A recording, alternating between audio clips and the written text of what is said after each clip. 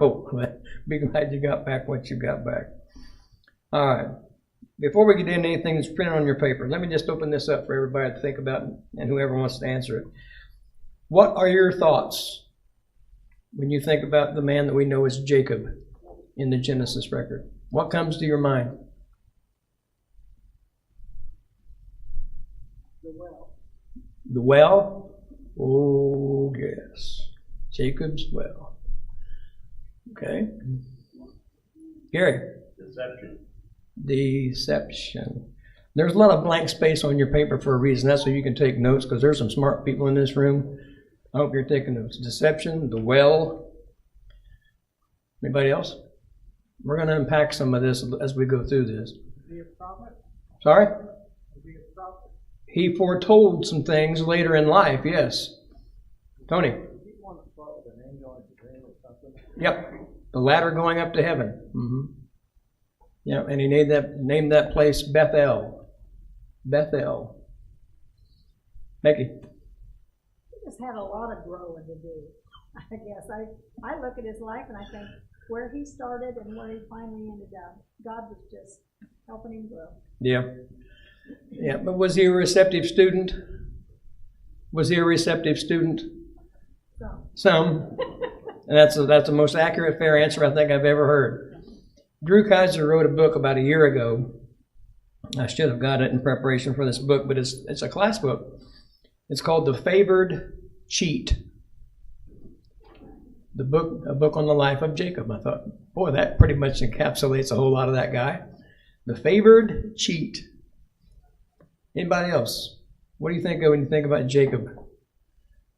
Isaac and Rebekah's son. Esau's twin brother.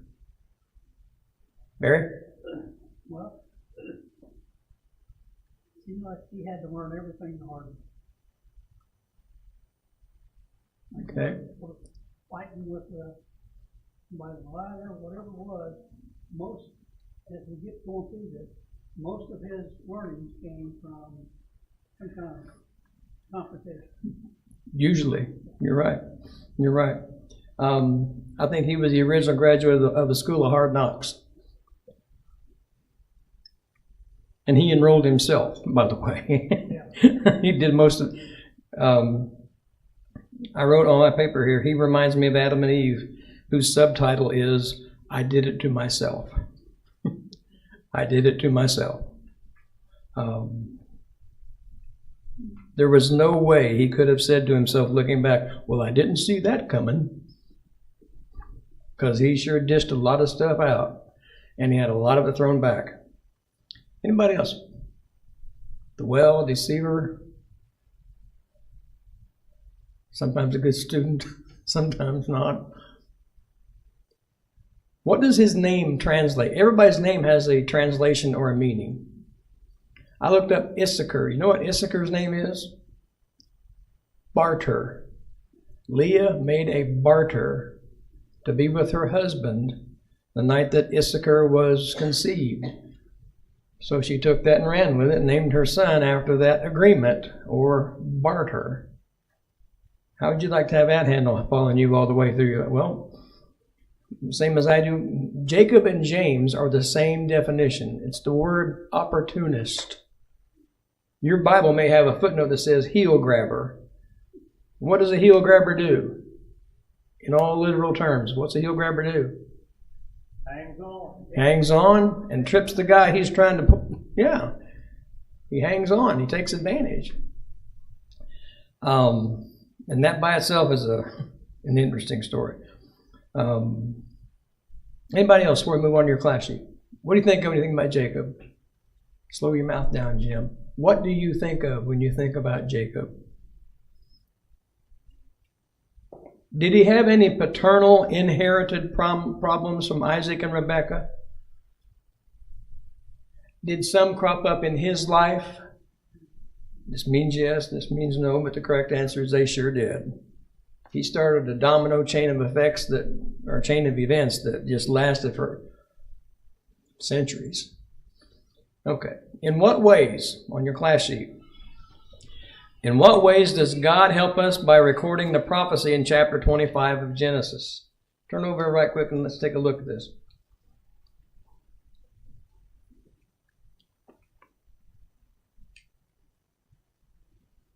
Chapter 25 and verse 23. God is speaking to who? The daddy or the mama? The mama. And that's a rarity. That's a rarity. The Lord said to her, that is to Rebekah, 2 nations are in your womb. She was having indigestion and she didn't know what was going on. It wasn't indigestion. It was 2 babies having a knockdown drag out in the womb. And she couldn't understand what was going on. 2 nations are in your womb. 2 peoples will come from you and be separated. 1 people will be stronger than the other, and the older will serve the younger. Now, I'm not a mama and I don't play one on TV. I cannot imagine what that must have been in the mind of that woman going through that kind of hard pregnancy. These were her only 2 kids that we know much about. But for the Lord to speak directly to her and say, you got a fight going on inside of you and it's not going to stop. There's going to be some struggle.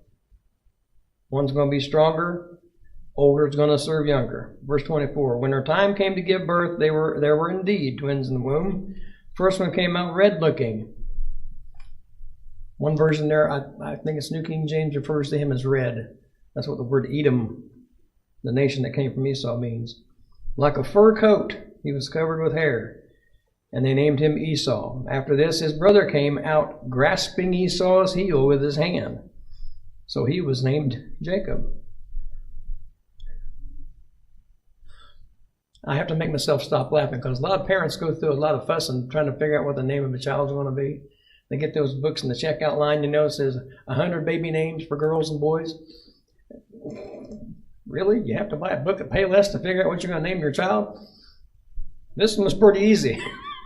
Jacob's hand shot out, grabbed his brother, but we're going to call him Jacob. Isaac was 60 years old when they were born. All right. In what ways does this prophecy record help us? Can you think of anything?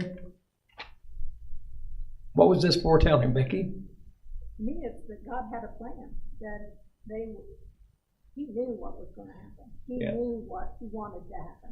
Yeah. Was this a setup? Or simply the reporting of what was going to happen?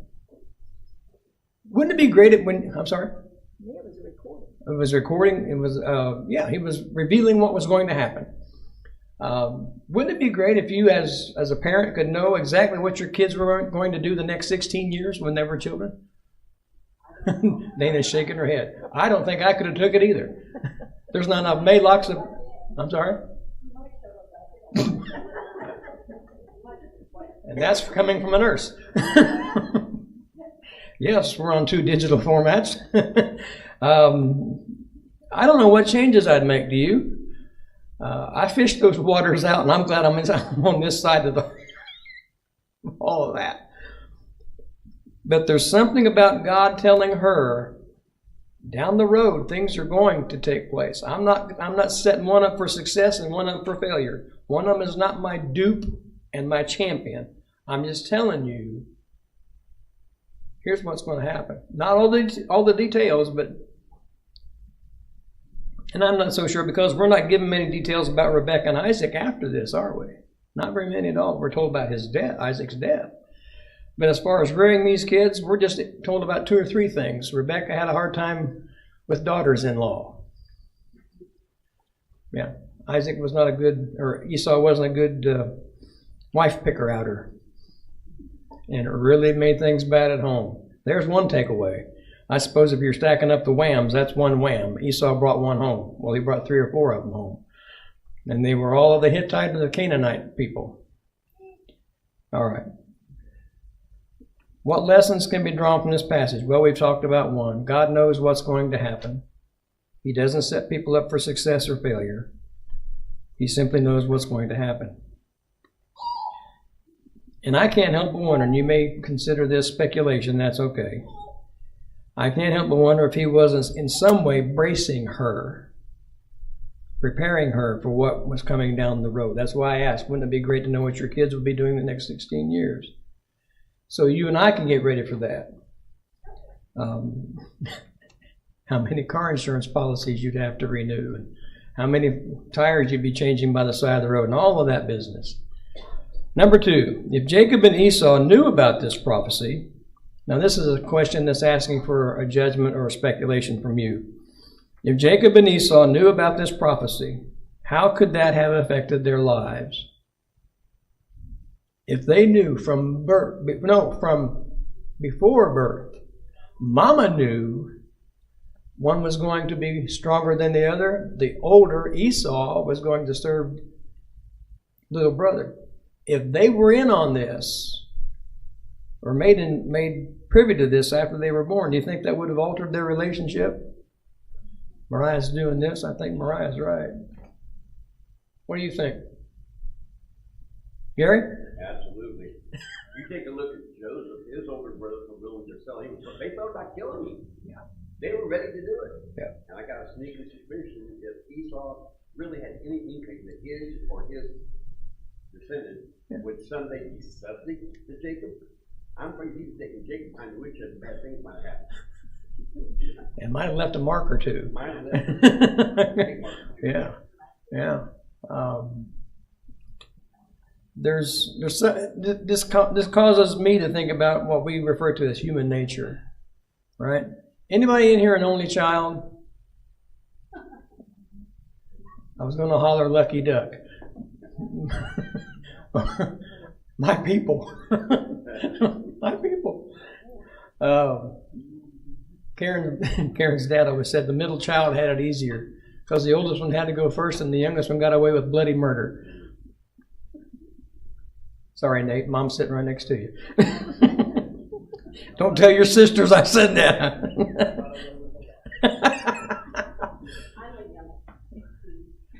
Maybe we should talk about this after class. All right. But Jacob if he was made privy to the reality, this was not make-believe stuff. God said to Mama, big brother, you're fitting to serve me. Really? Good luck with that. But it happened. And it could have altered and had a lot to do with sibling relationships.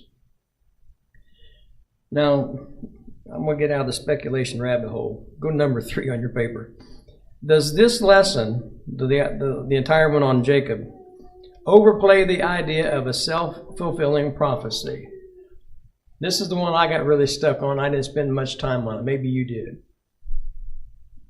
If you think this is the idea of a self-fulfilling prophecy, that Jacob and Esau knew what was down the road, and maybe they did do something to prevent it, maybe they didn't do something to prevent it. In my mind, this was just kind of useless stuff, and I just marched on. I'm not asking for a vote, but if you don't want to deal with this one, I'm on your side. I'm just saying like that. Let's talk a little bit more about chapter 25 and verse 27. This is not on your page. This is totally for free. The thing that I remember about Jacob is the birthright episode. And I think it's interesting that it's told very early and right in the middle of Isaac's history record. I don't know why God had Moses put it here. I just know God had Moses write the book. Verses 27 to 34 is a snapshot. The photography people call it a vignette, just a little bitty glimpse into the life of these two guys. I don't know how old they were, and we could talk about this for just a little bit. In 21st century culture, we've got some deer hunters in here. I had lunch yesterday with a young man who has a 20-gauge shotgun in his house. I said, what do you do with that? Pop squirrels? He said, no, I drop deer. I was waiting for him to call me deer. You got the joke. Good for you. You're quick. Yet he left it alone. And I'm glad. I wasn't wearing Kevlar. What do you think is an appropriate age, or what age do you think Esau must have been to be such a skillful hunter in our 21st century era? Put a date on it. How old? To be able to hunt and then cook what he hunted. 18? Okay. Younger than 18? Well, depending on the father he had, they said. How many of you were taught how to hunt before you were able to drive? Wow. Don't call me deer. I mean it. I can't run fast anymore. And I cannot outrun a bullet. And Nate's right. Depending on your parentage, your rearing. I remember, this is totally off script, Sheriff John Gunner. Anybody remember Sheriff John Gunner? I remember that man well. When I worked for Philippi Water back in 1980, when Fred Flintstone drove a school bus, used to deliver salt to his house on West 8th Street. And inside his front door, I kid you not, I can't make this up, when John Jr. was living at home, John Jr. had a little boy about that size or a little bit bigger. And the door prop that held Sheriff John Gunner's front wooden door open was a Rubbermaid caddy, you know, the kind with a handle and buckets on each side. In that caddy was everything from .22 to .762 ordnance. Bullets, bullets.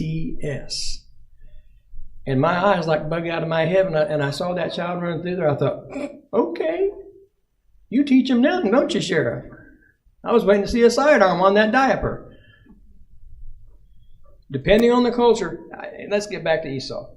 He may have been, the way we frame time, somewhere between the ages of 15, 16, and older. He was old enough to be able to go out and hunt, and then come back and cook, and evidently cooked very well what he killed. Read with me, start in verse 27. When the boys grew up, there's a blanket statement, and that's all we need to know. Esau became an expert hunter, an outdoorsman, but Jacob was a quiet man who stayed at home. I wonder whether the folks who translate this Bible just think about say he was a mama's boy. Verse 28, Isaac loved Esau because, here's the problem starting out in this root form. Family favoritism. Isaac loved Esau because he had a taste for wild game, but Rebekah loved Jacob. Once when Jacob was cooking a stew, well, he wasn't a total sissy, or mama's boy, he was able to cook. When he's cooking a stew, Esau came in from the field exhausted. Now, I want you to capture this. Get a sense for Esau's mindset. He said to Jacob, let me eat some of that red stuff because I'm exhausted. This is why he is also named Edom or red. Jacob replied, first, sell me your birthright. I wonder how many times he dropped a spoon while he was doing this number.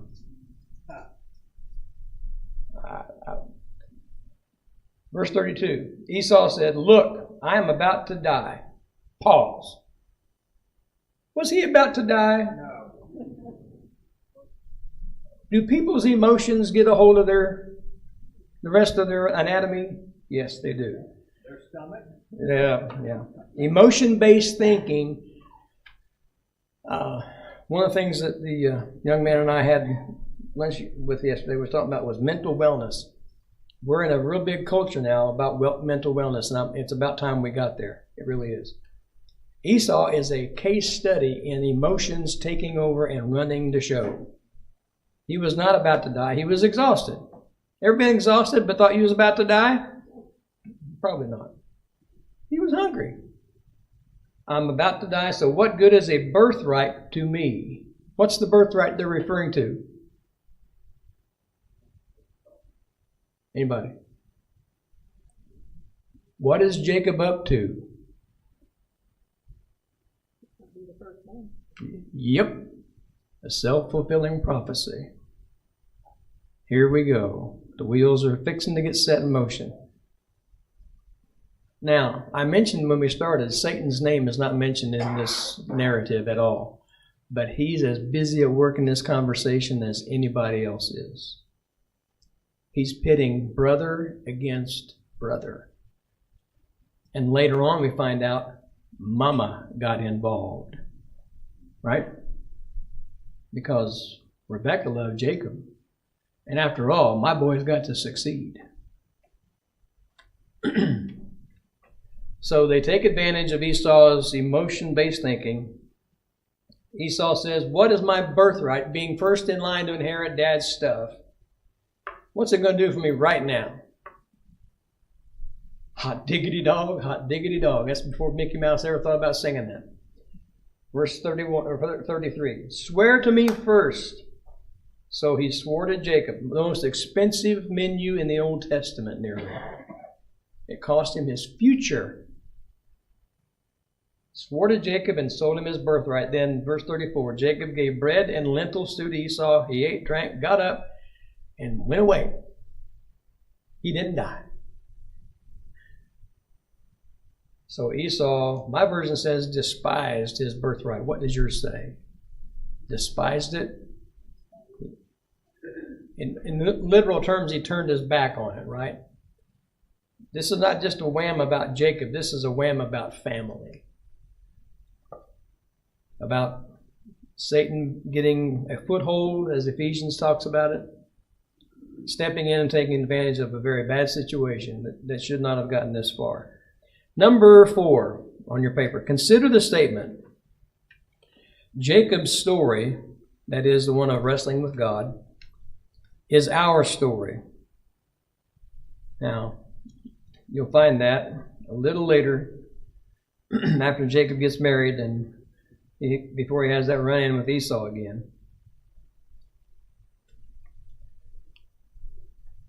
It's in chapter 32. Turn with me there, chapter 32 and verse 24.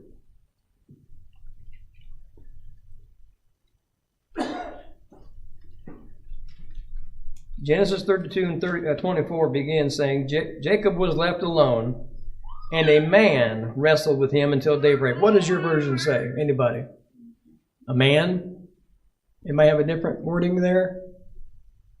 That's what I found clear across the ones that I've got in my office and at home. We're not told any different. It was just, as far as Jacob was concerned, a man was in a wrestling match. When the man saw he could not defeat, I think one version there says could not prevail, he struck Jacob's hip socket as they wrestled and dislocated his hip. Now, besides Gary and me, I don't know anybody else that can relate to something like that. Since we're both carrying titanium and ceramic and porcelain, maybe a couple of deck screws holding everything together with a 15-year taillight warranty. At whatever age Jacob was, he's now a father. He's pretty well on his way to becoming very wealthy. He's in a wrestling match for his life. Verse 26, then he, that is the man Jacob's wrestling, said to Jacob, let me go, for it's daybreak. And Jacob said, I will not let you go unless you bless me. What's your name? The man asked. I thought as I read this, that's a fine time to ask. You're in a throwdown WWE match with somebody you've never met, and now you're asking what my name is? Jacob, he replied, your name will no longer be Jacob. It will be Israel, because you have struggled with God and with man and have prevailed. Then Jacob asked him, please tell me your name. But he answered, why do you ask my name? And he blessed him there. And then Jacob named the place Peniel. The letters El represent God. Peniel. For I have seen God face to face, and yet my life has been spared. The sun shone on him as he passed by Penuel, limping because of his hip. That's why still today the Israelites don't eat the thigh muscle that is at the hip socket, because he struck Jacob's hip socket at the thigh muscle. All right. Number 4 on your paper again. Jacob's story is our story. Since do you believe that may or may not be accurate? What's that story say to you? Man wrestling with God. We do it sometimes daily. Yes, we do. I've heard it compared to prayer. Do you always know how to word a prayer that says exactly what's on your heart and in your mind? Big fat F+ on my side of the grade card. How about worship? Now, I know there are 4 elders in the room. I know we're not grading on a bell curve. But have you ever left worship sometimes feeling empty? He's the preacher. He's been here since August. Almost put himself to sleep. No. You ever left feeling empty? Don't have to tell me, just be transparent with yourself. It happens. It is a literal wrestling match. To take something away when you just somehow, some way, for whatever reason, can't get plugged into emotionally, spiritually, intellectually with what's going on, and take something with you that's beneficial. Jacob outdoes us here. He come away with something. He come away with that's a W and a crooked line in the middle. He come away with a win. We don't always. It's a wrestling match. How about living the Christian life in a world gone crazy? Bob said it great in that prayer. We live in a world that's dominated by sin and ruled by physics. Do you ever feel like you're not making much of a spiritual dent in the world in which you live? Every day that ends in Y. And every month that has at least 28 days. It's a wrestling match. It's a literal fight. That's why it's called a battle in the New Testament. So Jacob's story literally is ours. In the writing or the recording that we have about Jacob's life, there are some moments where he does have some pretty good successes. Raising goats and sheep, being a good influence for his father-in-law Laban, successful conniver. He does have some shining moments, but there are also some moments we could pick out where he really didn't show a lot of faith in God. He didn't really trust God. Like Becky said, he was a reluctant student. Number 5. In what ways do you find Jacob's life story to be encouraging? I'm going to stop right there.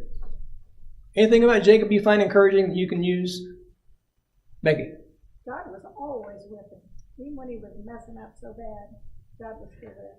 He used everything to try and teach him. Yep. At no point, and I had to go back and read the section where he did that deal with the speckled and striped sheep and the almond branches. I don't know. I'm dumber than a bag of hammers when it comes to know how that worked out. I just know that it did. And he made himself rich with that particular method of breeding goats and sheep. His father-in-law didn't like it too well because his brothers-in-law went and ratted him out. When you get to chapter 32 and 33, there's just, God did not bail on him at any point. He didn't say, you're a loser, bye. Anybody else? What about Jacob is encouraging to you?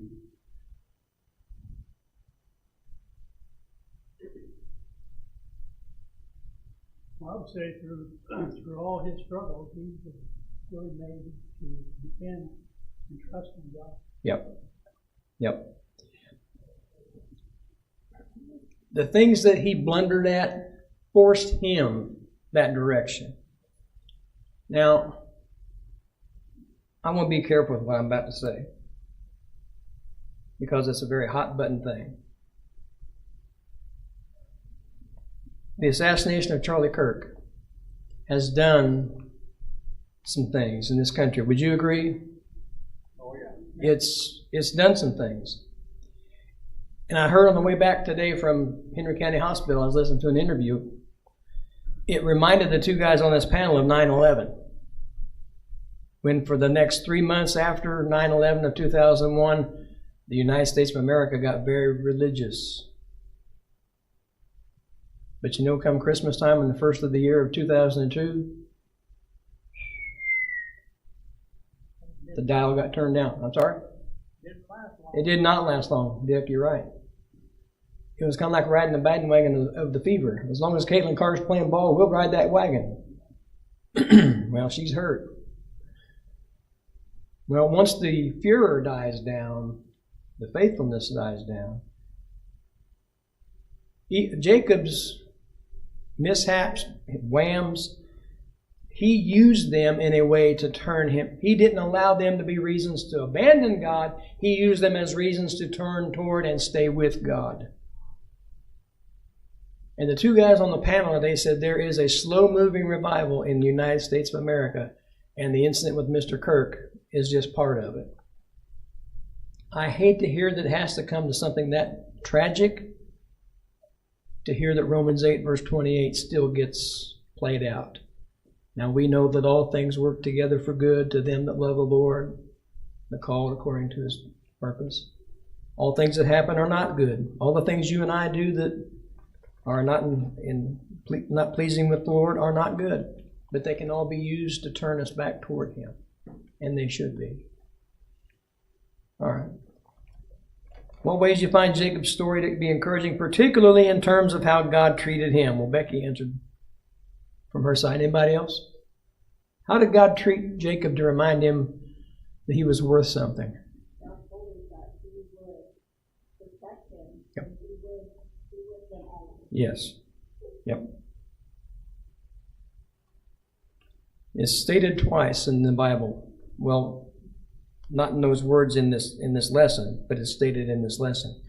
Jeremiah said it, and the Hebrew writer repeated it. I will never leave you nor forsake you. By the end of the story, Jacob reminds us of Adam and Eve's bitter lesson. I did this to myself. He had multiple chances of seeing the sowing and reaping effect. And he lived up to his name in a positive way. The opportunist used those things as an opportunity to come back and stay with the Father.